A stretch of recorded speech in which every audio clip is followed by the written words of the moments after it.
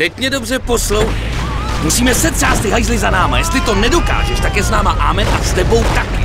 Šlapni na to, kámo.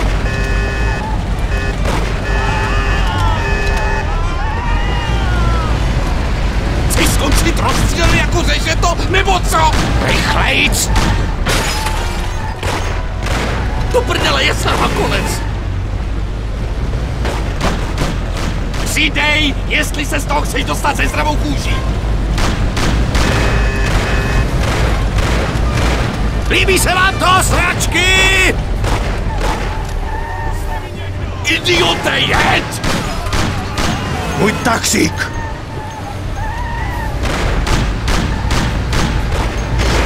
Ustřelím vám palice! Rozstřílím vás na hadry! Rychlejc! Ustřelím vám palice!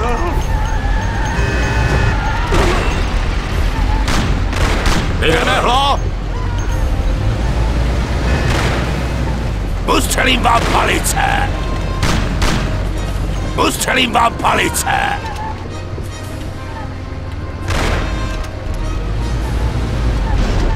Same, střílej! Střílej!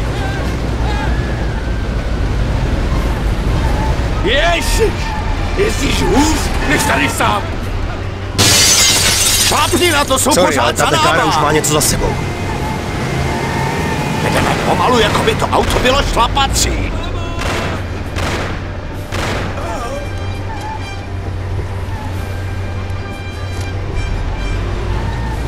Zabiju vás!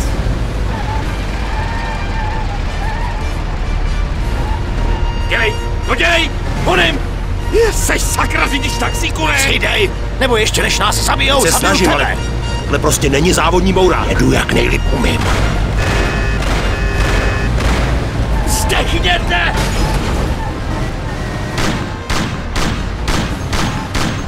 Au! Parchanti, chcípněte!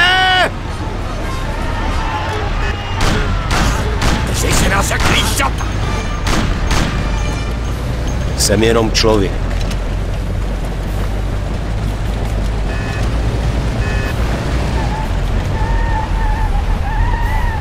Šlapni na to, jsou pořád za náma! Jsem jenom člověk. Rozstřílíme je samé! Skvěle! Máme je z krku! Dobrá práce, kamaráde. Teď nás zavezeš do Salieriho baru. Já ti budu ukazovat, kterým směrem to je.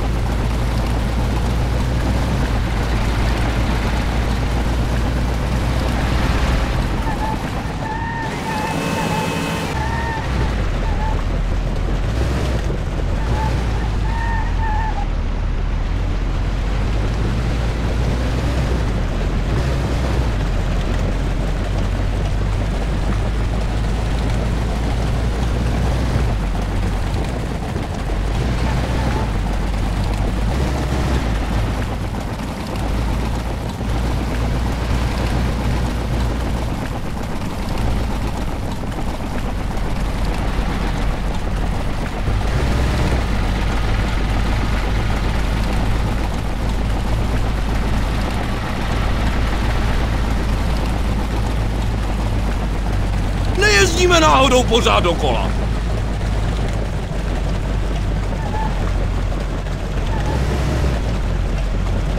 Pozor, ruhněte!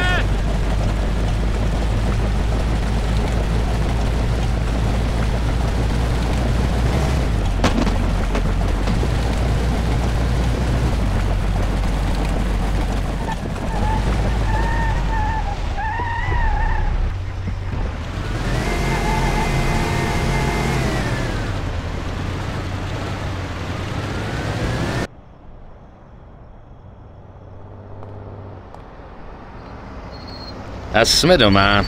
Počkej tady, kamaráde. Sám skočí za panem Salierim pro tvoji odměnu. Díky za pomoc. Měj se.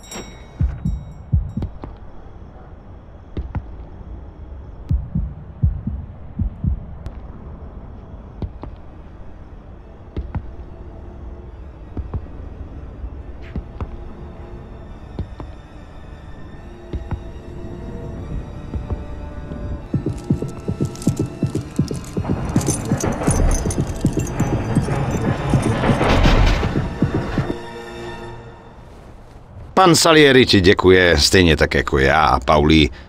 Tady ti posílá nějakou kompenzaci za škody, které ti vznikly na autě a za tvoje služby. Jo, určitě díky, že pana Salieriho pozdravuju. Pan Salieri ti taky vzkazuje, že je ti moc zavázaný. Kdybys někdy něco potřeboval, můžeš kdykoliv přijít, protože pan Salieri nezapomíná na přátele, který mu pomohli. Kdybys měl zájem, možná bychom pro tebe měli i práci za slušný peníze. A dobrý chlapi jako ty bereme vždycky. Jasně, budu o tom přemýšlet. Fakt. Ale asi už budu muset jet. Dát dokupy káru a tak. V pořádku, chápu. Nech si to projít hlavou. A je ti jasný, že tahle příhoda je jen mezi náma. Měj se.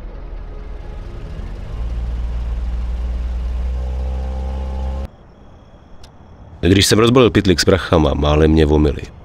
Bylo tam zatraceně víc než jen na opravu. Stejně jsem ale ani na chvilku neuvažoval o té nabídce. Nechtěl jsem se zaplít s nějakýma grázlama, ať mají prachu kolik chtějí. Lepší být chudej a živej, než bohatý a mrtvej, že jo. Nechal jsem opravit káru a